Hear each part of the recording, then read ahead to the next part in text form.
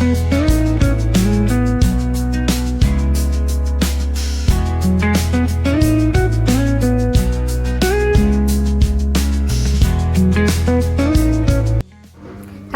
എല്ലാ കൂട്ടുകാർക്കും കുഞ്ഞിത്താമരയുടെ പുതിയൊരു വീഡിയോയിലേക്ക് സ്വാഗതം.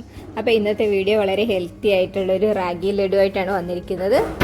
അപ്പോൾ നമുക്ക് വീഡിയോയിലേക്ക് പോയാലോ. രാഗിയിൽ കാൽസ്യവും അയണും ധാരാളം അടങ്ങിയിരിക്കുന്നതിനാൽ നമ്മളിത് ദിവസവും ആഹാരത്തിൽ ഉൾപ്പെടുത്തുകയാണെങ്കിൽ നമുക്ക് കാൽസ്യത്തിൻ്റെയും അയണിൻ്റെയൊക്കെ കുറവ് വരികയില്ല. ഇപ്പം നിങ്ങൾക്ക് കാൽസ്യം ഡെഫിഷ്യൻസി ഉള്ളവരാണെങ്കിൽ രാഗി കഴിച്ചു തുടങ്ങുകയാണെങ്കിൽ നിങ്ങൾക്ക് അതുമായിട്ടുള്ള ബന്ധപ്പെട്ട പ്രശ്നങ്ങളൊക്കെ വളരെ പെട്ടെന്ന് തന്നെ മാറുന്നതായിരിക്കും. അത് മാത്രമല്ല, നിങ്ങളിപ്പോൾ ഡയറ്റൊക്കെ ഫോളോ ചെയ്യുന്നവരാണെങ്കിൽ വൈകുന്നേരമൊക്കെ ആകുമ്പോഴത്തേനൊരു സ്നാക്സൊക്കെ കഴിക്കാനുള്ളൊരു ടെൻഡൻസി ഉണ്ടാവും. അപ്പോൾ ഇതൊരെണ്ണം കഴിക്കുകയാണെങ്കിൽ ഇത് വളരെ ഹെൽത്തിയാണ്. ഇതിൽ നമ്മൾ റാഗി മാത്രമല്ല നട്ട്സൊക്കെ ചേർത്താണ് ഉണ്ടാക്കുന്നത്. അപ്പോൾ നിങ്ങളുടെ കയ്യിൽ ആവശ്യമുള്ള നിങ്ങളുടെ കയ്യിലുള്ള നട്ട്സൊക്കെ നിങ്ങൾക്ക് ചേർത്ത് കൊടുക്കാം. വാൾനട്ട്, ബദാം ഇതൊക്കെ ചേർത്ത് കൊടുക്കുന്നത് വളരെ നല്ലതാണ്. ഞാനിപ്പോൾ ഇവിടെ എടുത്തിരിക്കുന്നത് കപ്പലണ്ടി, അണ്ടിപ്പരിപ്പും ഉണക്കമുന്തിരി, പംകിൻ സീഡ്, സൺഫ്ലവർ സീഡ് ഇതൊക്കെയാണ് ഞാൻ എടുത്തിരിക്കുന്നത്. നിങ്ങളുടെ കയ്യിലുള്ളത് അനുസരിച്ച് നിങ്ങൾക്ക് എടുക്കാവുന്നതാണ്. മറ്റേതെങ്കിലും നട്ട്സൊക്കെ ഉണ്ടെങ്കിൽ അതും ചേർത്ത് കൊടുക്കുക, കുഴപ്പമൊന്നുമില്ല. ഇപ്പോൾ ഞാൻ 1 കപ്പ് റാഗിപ്പൊടി ഉപയോഗിച്ച് ഉണ്ടാക്കുന്നതാണ് കാണിച്ചു തരുന്നത്. ഇത് കൂടാതെ നമുക്കിതിലേക്ക് 1 കപ്പ് നാളികേരം ആവശ്യമാണ്. അപ്പോൾ നല്ല ചിരകി എടുത്തിരിക്കുന്ന നാളികേരം, കുറച്ച് തരിതരിപ്പ് കൂടുതലാണെന്നുണ്ടെങ്കിൽ മിക്സിയിലൊന്ന് ചെറുതായിട്ടൊന്ന് കറക്കിയെടുക്കണം, വല്ലാണ്ട് അരച്ചെടുക്കുകയല്ല ചെയ്യുക.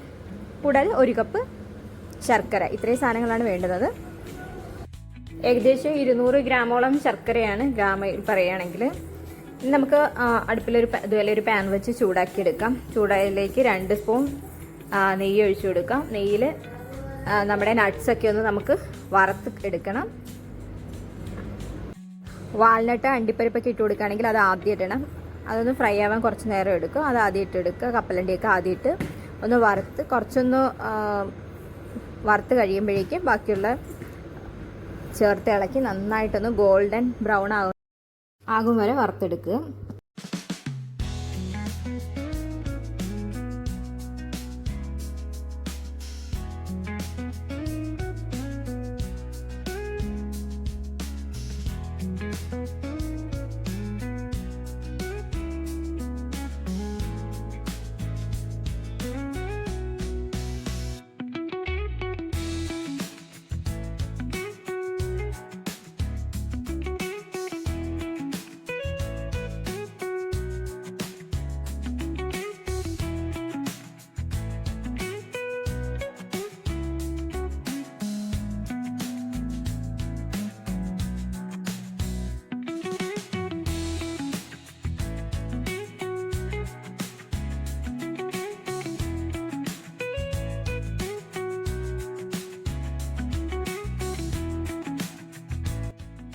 ഒന്ന് മൂപ്പിച്ചെടുക്കുക.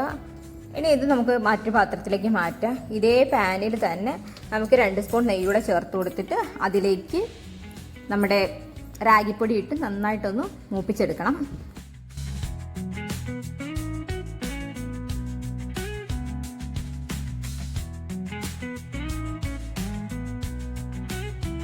മീഡിയം ഫ്ലെയിമിൽ വെച്ച് വേണം ഇളക്കി കൊടുക്കാനായിട്ട്. ഏകദേശം 15 മിനിറ്റോളം നമുക്ക് തിളക്കേണ്ടി വരും. ഒന്ന് ചൂടാവുമ്പോഴേക്കും ഇതിലേക്ക് നമ്മൾ ചിരകി വെച്ചിരിക്കുന്ന നാളികേരം ചേർത്ത് ഇളക്കുക. നാളികേരം നമ്മൾ ചേർത്ത് കൊടുക്കുന്ന കാരണം പെട്ടെന്ന് ചീത്തയാകാതിരിക്കാൻ വേണ്ടി ഇതിൻ്റെ ഒപ്പം ചേർത്ത് നന്നായിട്ട് നമ്മൾ വറുത്തെടുക്കുന്നത്.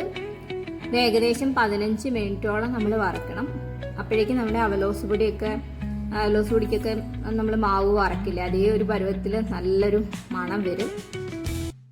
ഇതിനൊപ്പം തന്നെ നമുക്ക് ശർക്കരയൊന്ന് പാനിയാക്കി എടുക്കണം. അപ്പോൾ നമ്മുടെ എടുത്തു വെച്ചിരിക്കുന്ന 1 കപ്പ് ശർക്കരയിലേക്ക് 1/4 കപ്പ് വെള്ളം ഒഴിക്കണം. 1 കപ്പ് ശർക്കരയ്ക്ക് 1/4 കപ്പ് വെള്ളം അളവിലാണ് നമ്മൾ ഒഴിക്കേണ്ടത്.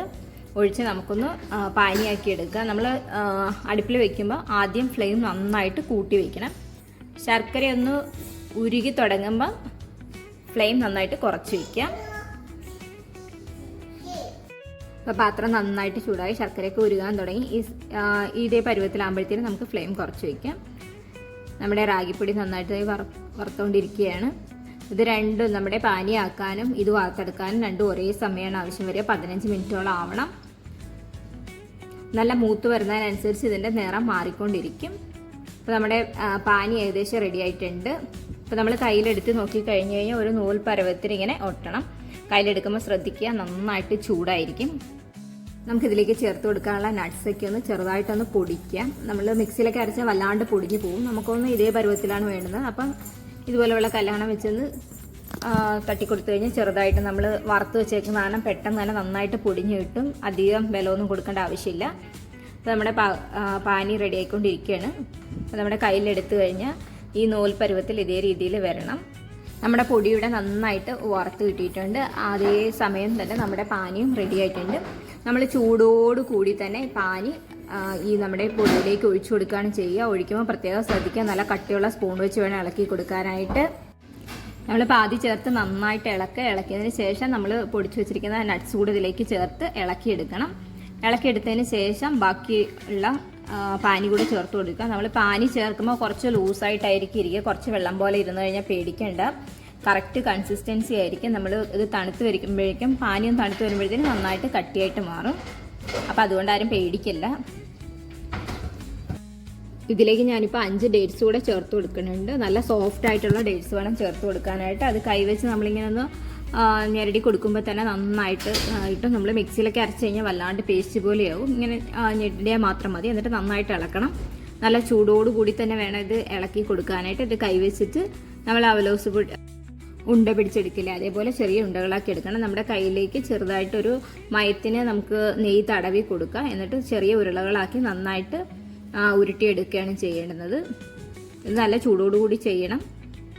നിങ്ങൾക്ക് ശർക്കര പാനിയാക്കുന്നതിന് പകരം ഡേറ്റ്സ് മാത്രം ചേർത്ത് ഇത് ഉണ്ടാക്കാം. അല്ലെങ്കിൽ ഹണി ഇതിന് പകരമായിട്ട് ചേർത്ത് കൊടുക്കുക. ഓരോന്നിൻ്റെയും ടേസ്റ്റ് വ്യത്യസ്തമായിരിക്കും. ഡേറ്റ്സ് ചേർത്ത് കൊടുക്കുന്നത് കുറച്ചുകൂടെ നല്ലതാണ്. നമുക്ക് ഇത്രയും പാനിയാക്കേണ്ട ബുദ്ധിമുട്ടൊന്നുമില്ല. ഇതുപോലെ സോഫ്റ്റായിട്ടൊന്ന് അരച്ചിട്ട് ഇതിലേക്ക് ചേർത്ത് നന്നായിട്ട് ഇളക്കിയെടുത്ത് ഇതേ രീതിയിൽ ഉണ്ടകളാക്കി നമുക്ക് എടുക്കാം. ചെറുതായിട്ട് കട്ടിയാവാൻ തുടങ്ങി വീണ്ടും അടുപ്പത്ത് വെച്ച് ചെറുതായിട്ട് നമ്മളൊന്ന് ചൂടാക്കി കൊടുത്താൽ മതി. ചെറിയ ചൂടിൽ തന്നെ, വല്ലാണ്ട് തണുക്കാൻ ഇടയാകില്ല. തണുത്ത് കഴിഞ്ഞാൽ പിന്നെ നമുക്ക് ഇതുപോലെ ഉരുട്ടിയെടുക്കാൻ പറ്റില്ല. അപ്പോൾ എല്ലാവരും ഇതേ രീതിയിൽ ചെയ്ത് നോക്കണം. വളരെ ഹെൽത്തി ആയിട്ടുള്ള ഒരു ലഡുവാണിത്. കുട്ടികൾക്കൊക്കെ കൊടുക്കുകയാണെങ്കിൽ വളരെ നല്ലതാണ്.